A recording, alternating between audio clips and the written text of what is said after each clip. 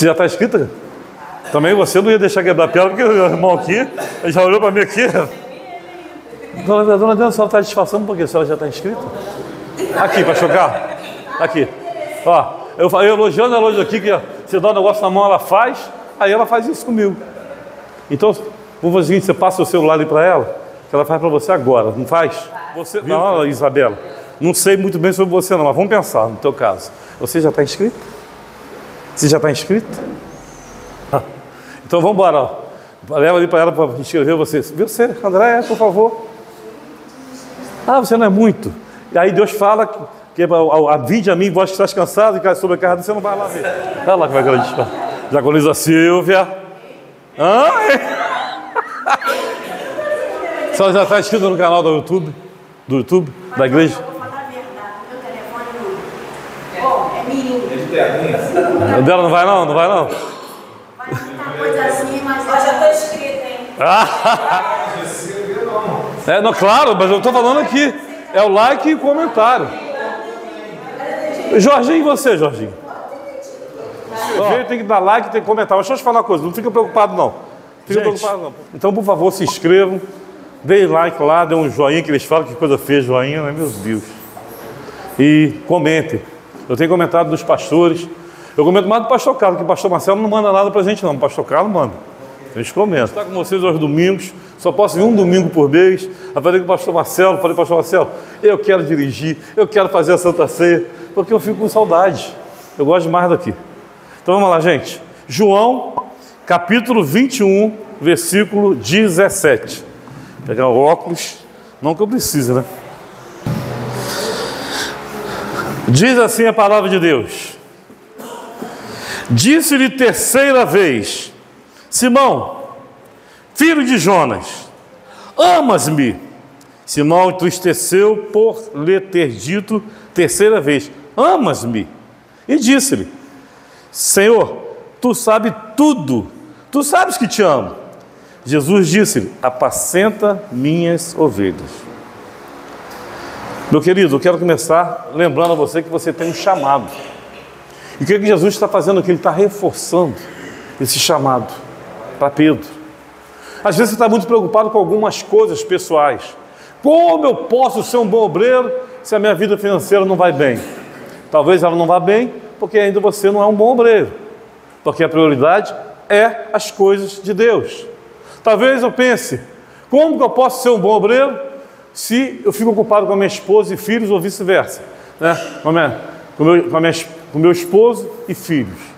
E de repente a coisa não vai bem no casamento, não vai bem no relacionamento com o filho, porque o chamado ficou abandonado. Enquanto ele não for prioridade na sua vida, e aí a gente não entende isso muitas vezes, a gente também não consegue ver essa glória de Deus. E à medida que você caminha, quanto mais você entra no Evangelho, mais você vê o sobrenatural. Agora, quanto mais eu bato a porta de Deus buscando, procurando, mas eu cada vez mais fico preocupado com as coisas desse mundo, automaticamente eu não vou ver o sobrenatural. E aqui eu não falo de salvação, eu falo de viver milagres, de viver coisas poderosas de Deus. Aqui na situação de Pedro é muito interessante, porque aqui nessa situação Pedro estava machucado. Mas como Pedro estava machucado? Gente, preste atenção. Israel vivia em submissão a Roma. Mas eles sabiam porque eles conheciam a palavra, eles sabiam que eles eram o povo de Deus. Era o povo chamado por Deus. Era o povo escolhido por Deus. Separado por Deus para ser o povo que representa Deus na terra.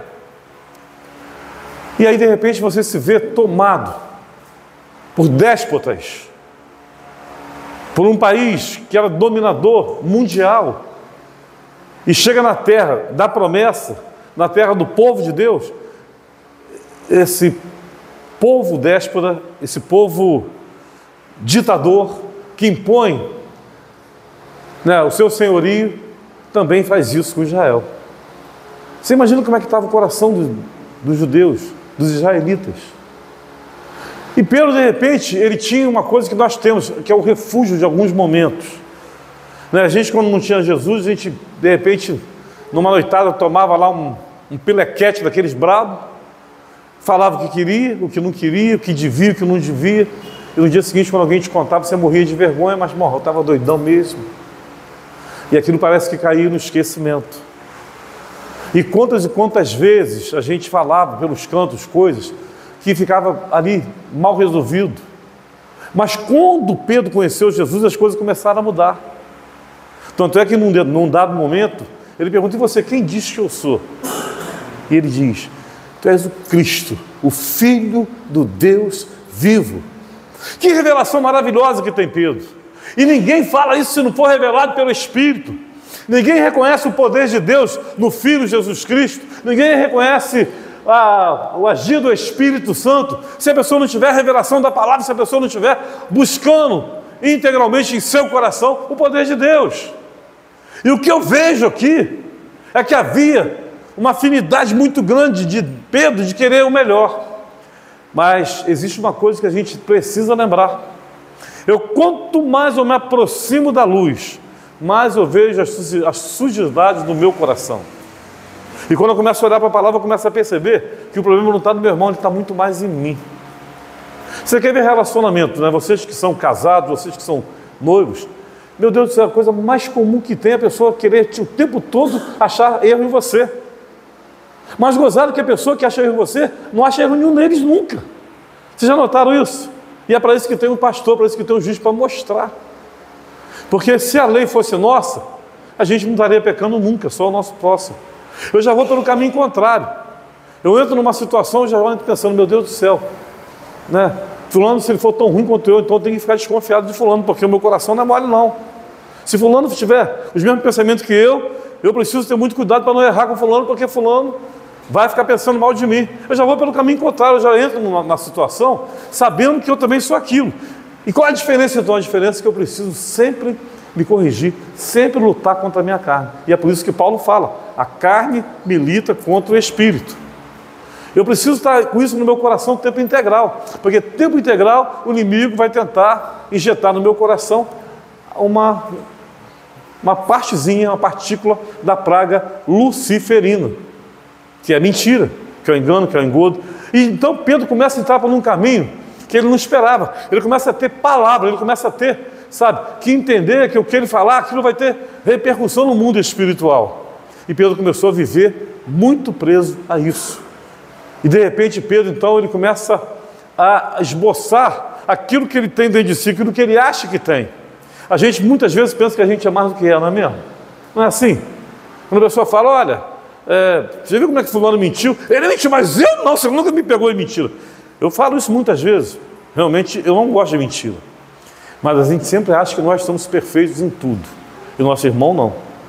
Se a gente fosse escolher, né, aqui dentro da igreja, quem fosse o melhor, a gente fala: daqui para lá todo mundo doente, todo mundo problemático. Daqui para cá, só santo. Não é assim que a gente pensa?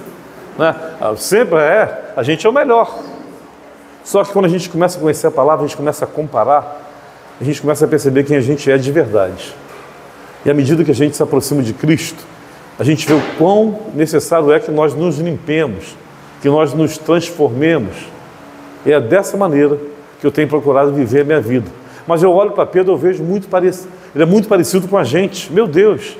Aí chega uma hora que Jesus fala: olha, vocês vão chegar um momento que vocês não vão querer me acompanhar. Vocês não vão conseguir. Vocês vão me rejeitar. E Pedro fala: eu? Eu? Olha para mim, mestre. Eu estou disposto a morrer por você. E ouve aquela frase que ele não gosta de ouvir. Eu lembro uma vez que meu tio, ele morreu agora há pouco tempo, já com 80 e tantos anos, 86 se eu não me engano, e ele tem mais de 30 igrejas, Assembleias de Deus, em Teófilo Otoni, Minas Gerais. E ele vivia tentando pregar para mim, eu vivia fora. E eu brincava com ele, chegava doidão, empresário lá na cidade, ele gostava muito dele quando era criança, admirava ele quando mais velho, mas quando começou a falar de Cristo, começou a falar a palavra, eu não queria aquilo. Naquele momento, eu imaginava que isso era a coisa mais desgraçada do mundo, pior. Eu tinha pavor de ver crente. E quando eu achava um crente falando em língua, aquilo me fazia um mal tremendo já. Devia ser a capetada toda que morava aqui dentro.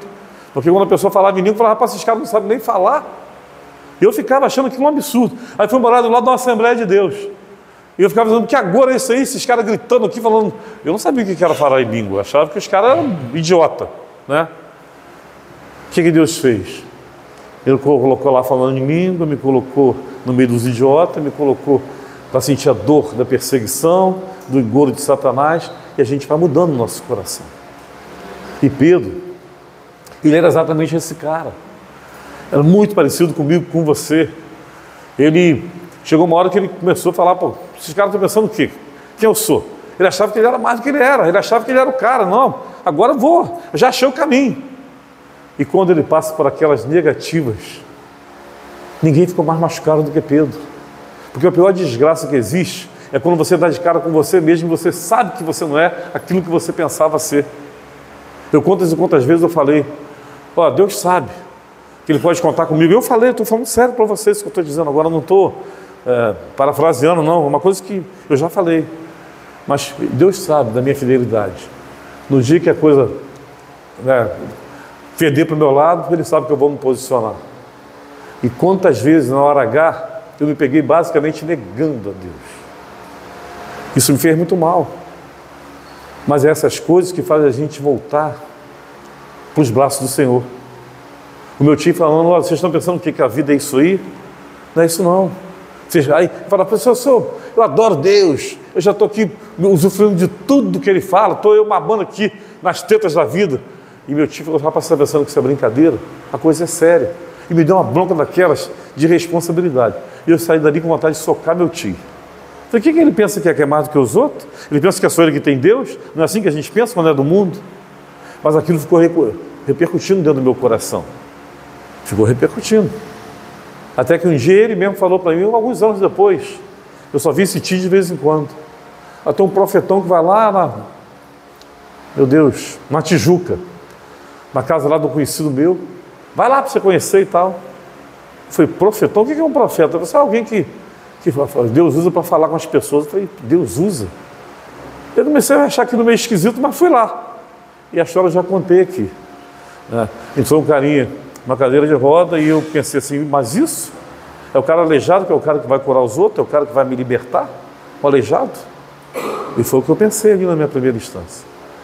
E ele ficou ali, eu olhei para o cara de olhos azuis, um jeito muito simples, muito humilde, uma cadeira de roda velha, eu empresário, eu desdenhei. Só que Deus tem seus planos. E esse cara entrou e botou a mão na cabeça da primeira pessoa, e quando começou a orar pela primeira pessoa, eu já comecei a chorar lá longe. E ele foi passando, quando ele chegou em mim, eu já estava de joelho diante dele. E ali eu ouvi algumas profecias que eu nunca imaginei que aquilo fosse acontecer na minha vida, e aconteceu. Dali para frente eu comecei a entender que a coisa não era da forma que eu pensava, e que eu não era nem a metade daquilo que eu achava ser. Ok. Mas Pedro não. Pedro, ele teve com o Senhor. Pedro foi usado tremendamente para as curas, junto com Pedro, com Deus, com Jesus. Ele conviveu durante anos com o Senhor. Ele sabia toda a palavra viva estava ali do lado dele. E ele tinha convicções fortes, certezas. Ele sabia direitinho que a coisa não era como ele pensava ser antes. E de repente, Pedro depara com aquela situação de negar a Cristo. Ele ficou machucado, porque ele saiu dali. O que passava no coração de Pedro? Eu sou uma titica, eu não sou ninguém. Toda a minha expectativa, achando que eu tinha uma representatividade no mundo espiritual. E lembre-se que num dado momento Jesus tinha falado com Pedro, tu és pedra, e sobre essa rocha aqui eu vou construir minha igreja. Mas ali, de uma certa forma, ele estava dando ali um veredito para Pedro: você vai ser usado na abertura da minha igreja, você vai fazer parte desse ministério. Esse mesmo Jesus que chamou Pedro e deu uma incumbência muito grande na terra, de representar o reino de Deus, de abrir portas, que ele abrisse aqui, Deus abriria no céu, que ele fechasse, seria fechado nos céus. Esse mesmo Pedro estava totalmente decepcionado consigo mesmo. Eu imagino que Pedro, quando saiu dali, ele estava totalmente desgovernado, sem saber para onde ia. Acabou. O sonho de Pedro acabou. O desejo do coração de Pedro acabou. Não tinha mais nenhuma esperança, nenhuma expectativa. Ele não conseguia visualizar o milagre. Não havia barreiras que ele achasse que fosse plausível transpor. Na consciência de Pedro ali, ele estava totalmente parado no impossível, não tinha mais possibilidades. Tanto é, o que eu te falo é tão verdadeiro, que o próprio Cristo,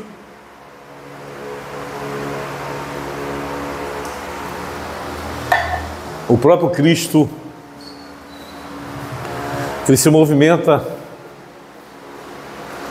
e ele, quando manda chamar seus irmãos, ele diz, fala com Pedro e meus irmãos.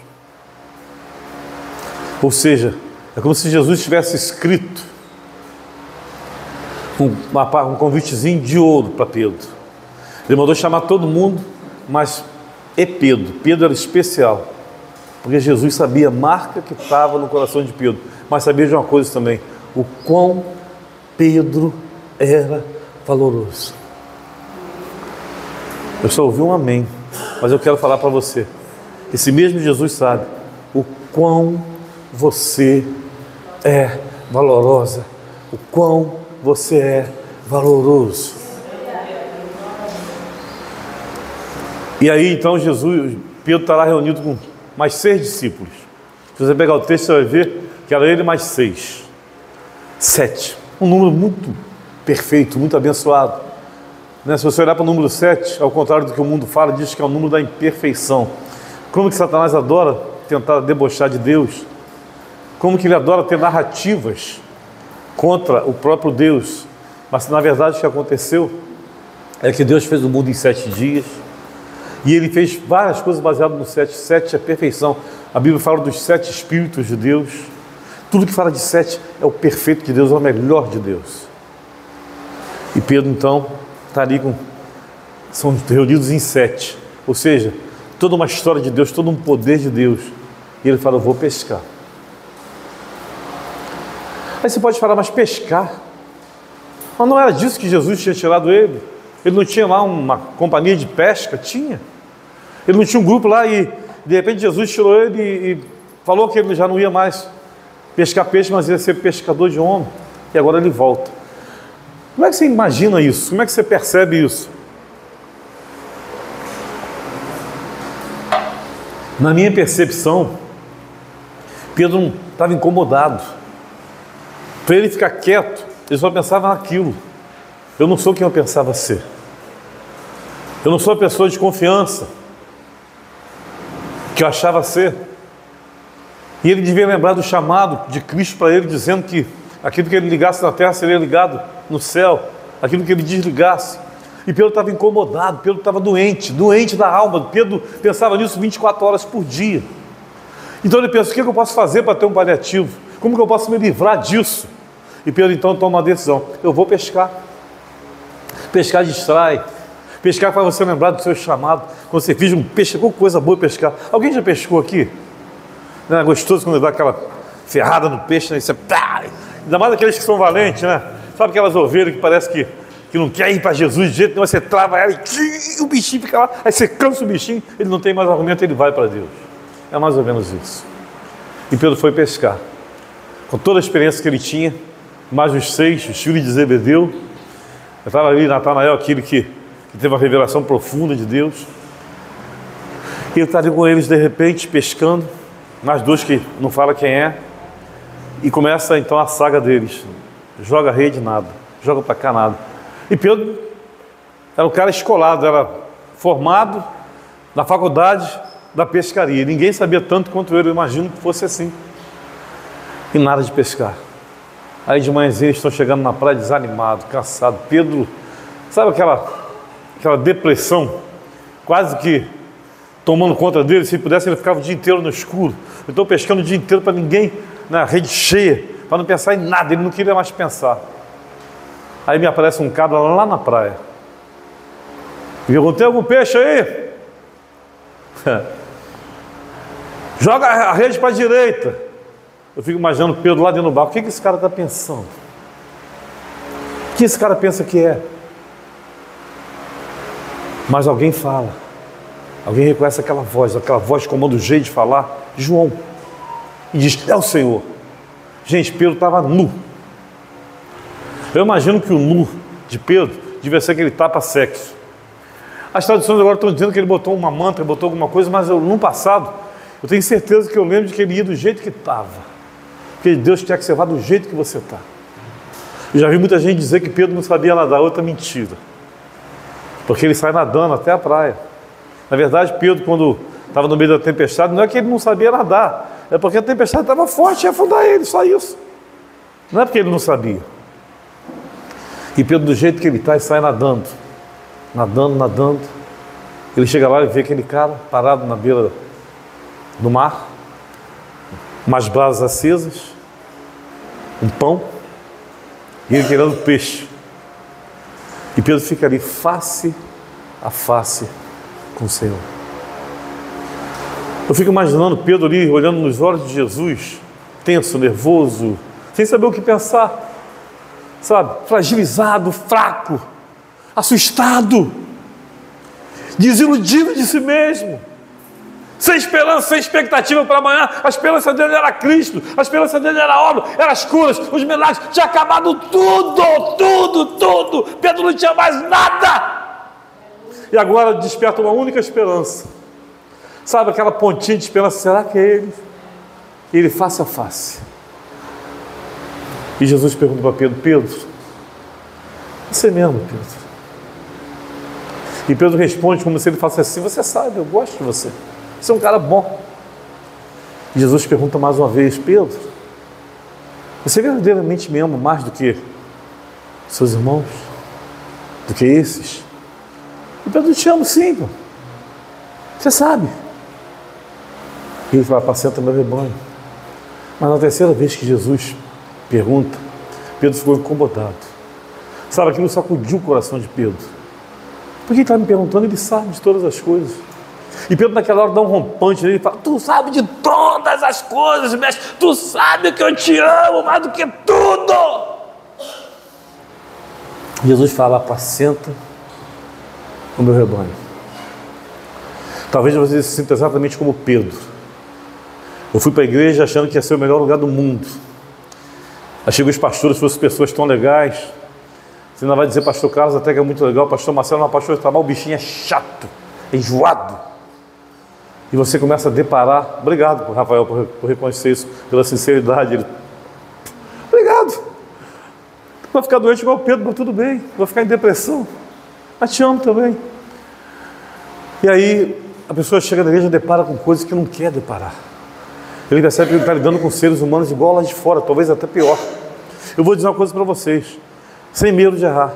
Nós que estamos dentro da igreja, em termos de qualificação emocional, de bom relacionamento, nós somos os piores. Porque a gente só vem para Jesus quando a gente sabe que a gente não tem nada mais lá fora.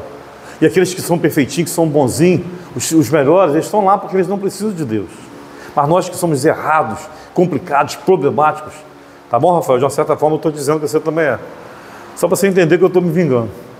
No jeitinho. E aí sabe o que acontece, igreja? A gente vem para a igreja quando a gente sabe que a gente é. Ou seja, a gente não é. E a gente aqui encontra tantas pessoas falsas, tantas pessoas verdadeiras, tantas pessoas mentirosas, tantas pessoas que querem verdadeiramente a palavra. A gente lida com todo tipo de gente. A gente quer encrencar com todo mundo, a gente começa a ter um senso de justiça totalmente forte. Porque fulano, a gente tem a justiça que é todo a nosso favor. A gente nunca percebe que a gente não é fiel, a gente nunca percebe que a gente não faz as coisas. Eu falei que como pastor, como é que é difícil para a gente. Você tem um monte de gente com potencial tremendo, mas ninguém quer nada. Mas quando você escolhe quem deve fazer, incomoda a quem não quer. É um problema. E é difícil ser pastor, é difícil ser igreja. E Pedro estava ali diante do Senhor, isso tudo passando na cabeça dele, né? Eu achava que era e não era, mas quem parecia não ser é. E ele vendo João, o discípulo que Jesus amava, pelo menos é o que está escrito aqui em João, aquele que deitava a cabeça no peito do Senhor Jesus, e eu que fiz tudo, que lutei, que puxei a espada, decepei, aquele que se levantou contra o próprio Cristo, cortou a orelha dele, e aí Jesus repreendeu, botou aquela orelha no lugar, e Pedro começa a ter a sensação de que ele fez tudo errado o tempo todo. A gente passa por isso em algum momento. Quantas vezes a gente está desmotivado, desesperançado, entristecido. Nessa hora a gente tem que estar frente a frente com o Senhor. E Pedro estava ali frente a frente, com aquele único que podia mudar a vida de Pedro e fazer ele ser quem ele era de verdade. Pedro estava desacreditado em si mesmo, desanimado, ele estava fracassado. Eu não sou quem eu pensava ser. eu era uma bolha, eu era um falciane, um enganador. Naquele momento que ele está frente a frente com o Senhor, aquilo tudo ali acontece.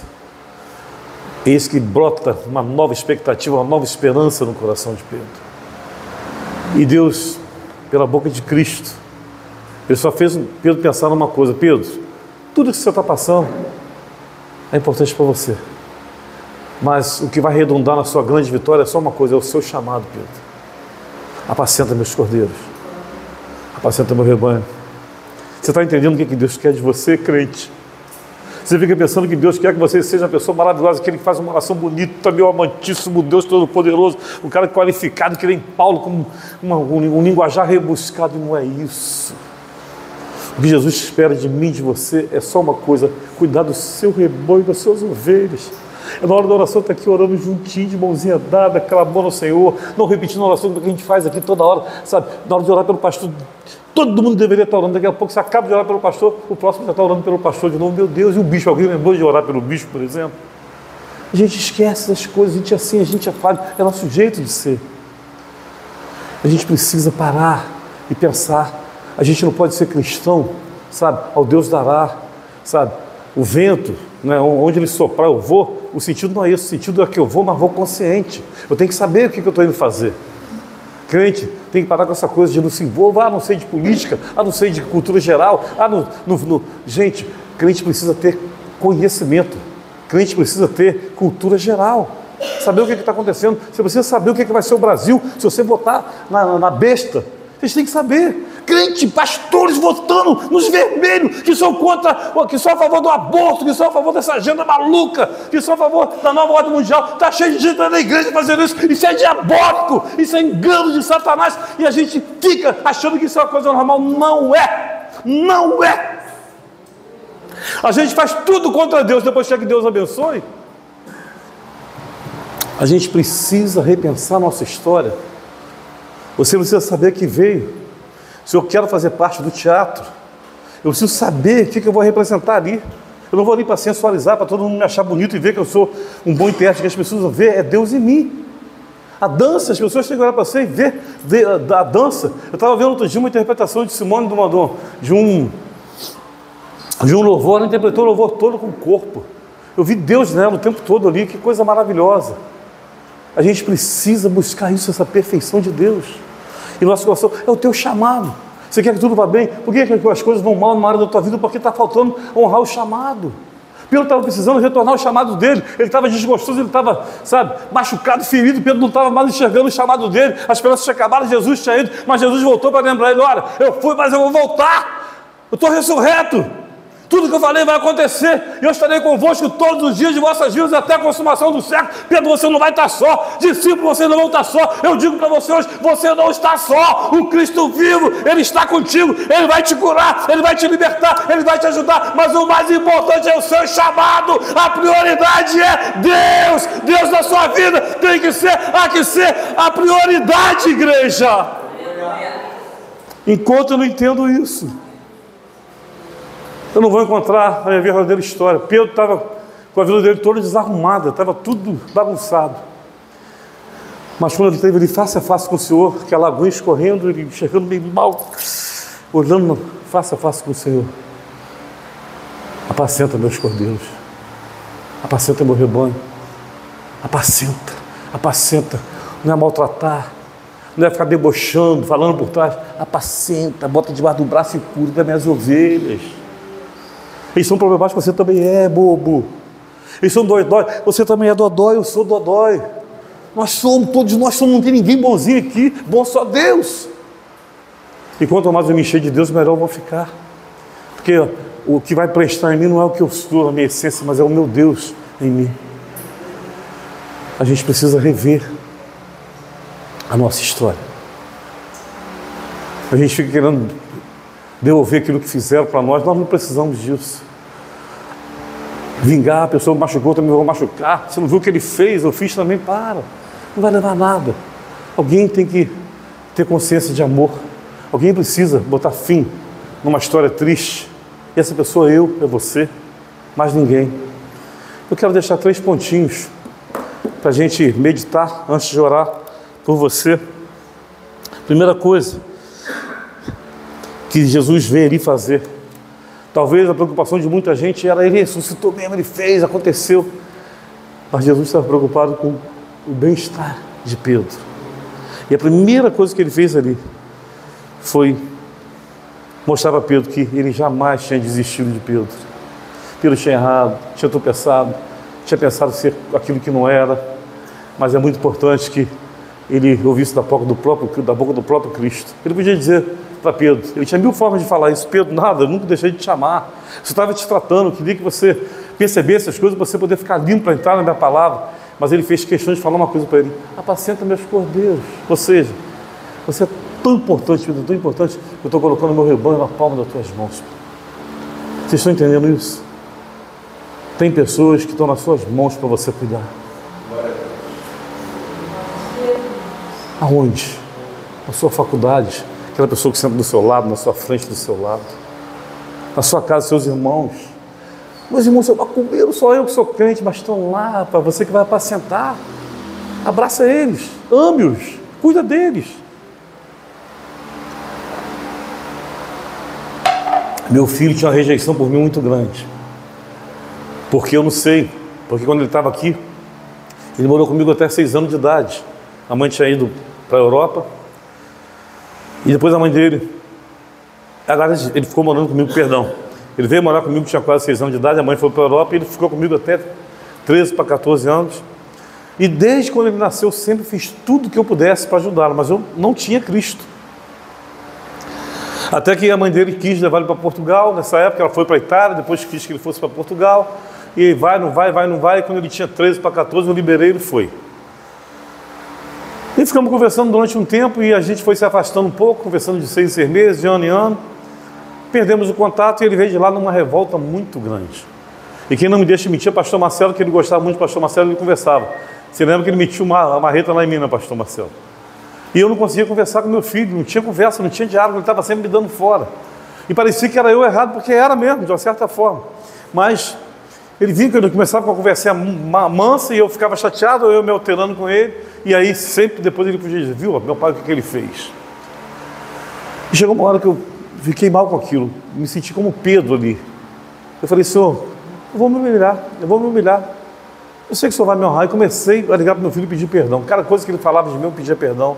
Mas eu não quero você só pedindo perdão o tempo todo, eu quero que o Senhor não erre comigo. Eu falei: meu filho, vou fazer de tudo para não errar. E fui contando as coisas para o meu filho debaixo de oração. De repente, aquelas coisas que eu falei começaram a acontecer, meu filho começou a ver Deus em mim. E chegou um dia que ele estava lá em casa, morrendo de dor, mas sentia muita dor. E aí eu falei: quer que eu ore com você? Não, pai, não, essa dor aqui, eu já estou agora já 3 dias, é muita dor. Foi sentindo dor. Aí chegou uma hora que eu falei: meu filho, olha só, que orgulho seu, né? Eu estou dizendo para você que Deus pode curar, você não quer que eu ore. Ah, tá bom, pai, então ora. Eu queria que você sentisse vontade que eu orasse por você. E eu sei que eu fui lá conversando com Deus nesses dias e tal, e de repente eu botei a mão na cabeça dele. Ele ficou curadinho na hora, ele ficou assim, mas ele ficou muito abismado. Ele começou a balançar a cabeça, começou a balançar. Aí ele já achou que era o curandeiro.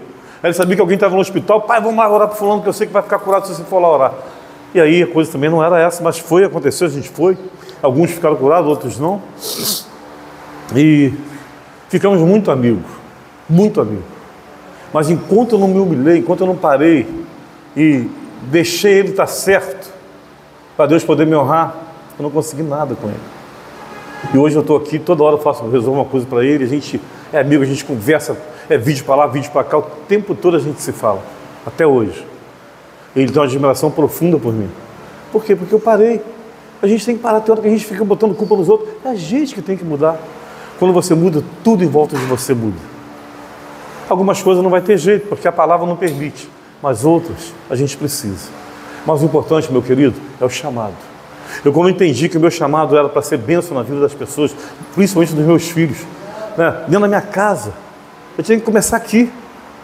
Né, às vezes, quando eu debato muito com os testes, ela choca muito comigo às vezes. E tem hora que eu vou ali tomando a decisão, porque eu sou o pai, eu sou o cabeça, mas tem hora que eu paro para pensar e falo: não vai adiantar, não é por aqui. Se eu não conquistar no amor, na conversa. E quantas vezes eu vou conversando com ela chora, mas chora muito. E pede perdão, eu fico até com pena, porque parece que a coisa inverte. A gente precisa disso. mudar o nosso coração, ser mais obediente a Deus e lembrar, o principal de tudo, não é a sua esposa, não é seu filho, não é a vida financeira, é Deus. Quando você concentra isso e é fielzinho em Deus, tudo em volta vai acontecer. Vai passar os mesmos sufocos, vai passar as lutas, mas você vai ver os milagres. Amém? Eu vejo os milagres. Eu passo muita luta, mas como eu vejo os milagres. E vamos lá. A segunda coisa que eu percebo aqui,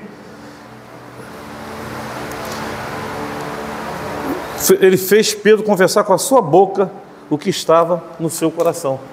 Porque a gente às vezes não fala. A coisa tem que ser dita. Você quer ver um exemplo? Você chega para uma criança, é o jeitinho de falar. A criança está no berço, você fala, que coisinha linda de mamãe, papai, criança. É. Se você fala assim, você é muito lindo, ô garoto bonito, ele vai chorar. Porque a pessoa, quando não tem entendimento, guarda isso aí. Ela se baseia na conotação, na forma que você faz. Então isso serve para política e para tudo. Quando o cara fala umas coisas pesadas, o outro fica, mas você viu o que ele falou? Isso é um genocídio, não sei o que lá. Não entendeu, porque quem entende, Deus não chama gente fraca. Os homens de Deus não são aqueles homens que ficam, que bonitinho você. Como é que João Batista falava com aqueles caras, raça de víbora? Não é isso? E Paulo? E Jesus? Mas não, eles querem que os homens de hoje façam igual ao Alckmin. Não, porque tem que ser assim. Aí o cara está lá roubando merenda de criancinha, passando fome. Vocês têm que ter uma ligação. A gente tem que saber que não é a forma que fala, mas é o que faz, é o jeito que fala. E Pedro, ele amava Deus, Jesus, mas ele estava decepcionado, ele estava fraco, ele estava mal. Ele precisava dizer. E Jesus foi fazendo, tu mesmo, mais do que esse mesmo. Chegou a hora que ele não aguentou, Pedro estufou. Ele ficou triste, ficou mal. Ele falou, tu sabe de todas as coisas. Você sabe que eu sou louco por você. Você sabe o quanto que eu te amo. Você sabe que você é o principal para mim. E naquela hora, foi como se fosse o retorno de Pedro. Aí ele volta para o centro, volta para a verdade, para a vontade de Jesus. E não precisa falar que vieram 153 grandes peixes, né? E foi a luta para puxar os peixes, né? A rede não se rompia porque era um milagre. E quando chegou na praia, Jesus pega não sei se um ou dois daqueles peixes, eu não me lembro agora, coloca ali, né? E assa aquele peixe. E o próprio Jesus vai e faz o quê? Parte o pão e o peixe. Vai dando um quinhão para cada um. A mão que parte o pão, a mão que abençoa, a mão que cuida. Eu e vocês estamos lá no meio dessa gente que recebe esse amor de Deus. Mas isso acontece no dia que eu entendo o meu chamado. Eu preciso reconhecer meu chamado e conversar com a minha boca aquilo que está no meu coração. Jesus é o primeiro da minha vida, eu amo esse Jesus, então se ele é o primeiro, eu vou estudar sobre política, eu vou estudar sobre história geral, eu vou saber o que está acontecendo no mundo inteiro, eu vou agir em todo o tempo para beneficiar as coisas de Deus. Até a forma que você veste mostra quem você é. Que a gente não pode andar, que a gente tem que andar todo, o sapato todo sujo, todo rasgado, é engano seu. Eu falo que a gente não precisa acompanhar o modismo desse mundo, mas o crente deve ser sóbrio, bem vestido, sim, simples. O que você acha mais bonito? Aquela mulher que vai, né, para um momento social, né, com aqueles vestidos cheios de badulac, todo colorido, cheio de pompom, cheio, ou aquela que vai com um tailleur, né? Ou então vestidos lisos, retos, simples. Qual que fica mais bonito? Né? Como é que foi a esposa do nosso presidente, por exemplo, no velório? Criticaram, falaram, ela estava linda, bem vestida, simples, mas a roupa bem composta. É isso, assim que deve andar um crente, bonito, bem vestido, inteligente, sabendo conversar sobre o assunto, entendendo as coisas. Não é pessoa que não sabe nada, não sei, sou crente porque eu quero saber isso. É crente que tem que saber, é crente que tem a ciência, que tem a formação, que tem o conhecimento. Não deixe de ser simples, mas procura ter conhecimento. Amém? Terceira coisa.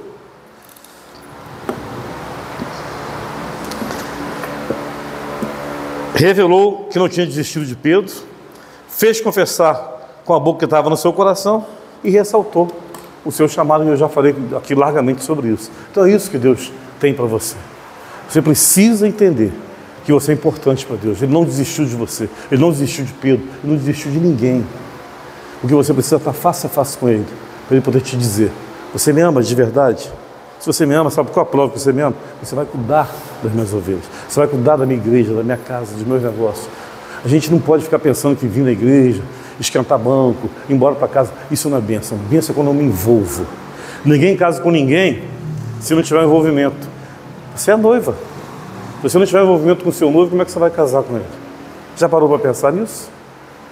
Feche seus olhos. Que essa palavra possa entrar no teu coração. Quando ele fala, ali em capítulo 3 de Apocalipse, eis que eu estou à porta e bato. Se alguém ouvir minha voz, abrir a porta, eu entrarei, cearei com ele e ele comigo. Ele falava ali como uma igreja. Mas isso serve para a minha vida pessoal. Ele está me chamando o tempo todo. Eu preciso abrir essa porta, a porta do meu coração. Eu preciso me liberar para ter esse envolvimento com Deus. Eu preciso estar ligado em todo o tempo. Eu não posso deixar minha vida ser aquilo que eu quero. Eu planejei, mas olha só, está escrito, o homem faz planos, mas a resposta sim vem de Deus. Eu preciso deixar Ele ter o controle da minha vida. Eu preciso dizer para Ele, e eu quero lá encontrar com Cristo, eu quero chegar na casa de Deus. É para isso que eu venho mais cedo aqui para orar. Eu quero encontrar com Ele e dizer, Senhor, você é o primeiro na minha vida. E Ele vai dizer para você, então apacenta o meu rebanho. Mas se prepara para isso, vai buscar conhecimento. Está cheio de lobo aí querendo matar, está cheio de falso profeta. Você precisa saber quem são essas pessoas, precisa reconhecer, e para isso eu preciso ter envolvimento, eu preciso ter conhecimento, eu preciso estudar, eu preciso me preparar em oração, em jejum e em conhecimento, leitura de livros, e não somente a Bíblia também, não, como as pessoas pensam. Se você ama verdadeiramente a Cristo, apacenta os seus cordeiros. Quem são esses que são cuidadores das ovelhas de Deus, da igreja do Senhor? Nós nos unimos para isso, para fazer um belo teatro, uma bela dança, para fazer um belo louvor, para que as pessoas cheguem aqui e sintam a presença de Deus, que se sintam no próprio céu, que entendam que precisa de mudança, os pecados precisam ser confessados com a nossa boca e dizer para Ele, Tu és o primeiro da minha vida, Tu és o Senhor dos senhores, o Rei dos reis. E Ele se faz presente aqui, e na minha casa, e na sua casa, porque nós temos uma igreja onde nós congregamos, onde nós nos reunimos em assembleia para dizer que Ele é o melhor, que Ele é o maior, que Ele é o poderoso, que Ele é o santo. Ele te chama nessa noite para te dizer, o seu chamado é relevante, você é importante para mim, eu não desisti de você, Pedro, você é importante para mim, Pedro, eu te dei um chamado disso, para você cuidar da minha igreja. Apacenta o meu rebanho, Pedro. Jaconice Evandro, apacenta o meu rebanho. André, apacenta o meu rebanho. Carol, apacenta o meu rebanho. Isa, apacenta o meu rebanho. Manu, apacenta o meu rebanho. Pastores, apacenta o meu rebanho. Nós fomos chamados para isso. Ele não desanimou de você, nem esqueceu de você. Mas Ele quer ser o primeiro.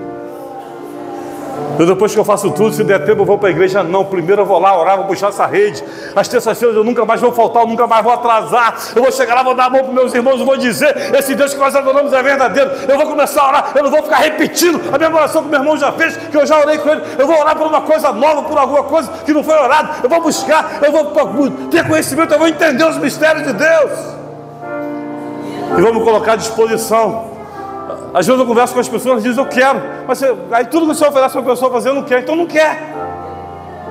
Quem quer, está à disposição. O que eu vou fazer, o que Deus está falando para eu fazer. E a gente vai ter muita coisa para você fazer na casa de Deus.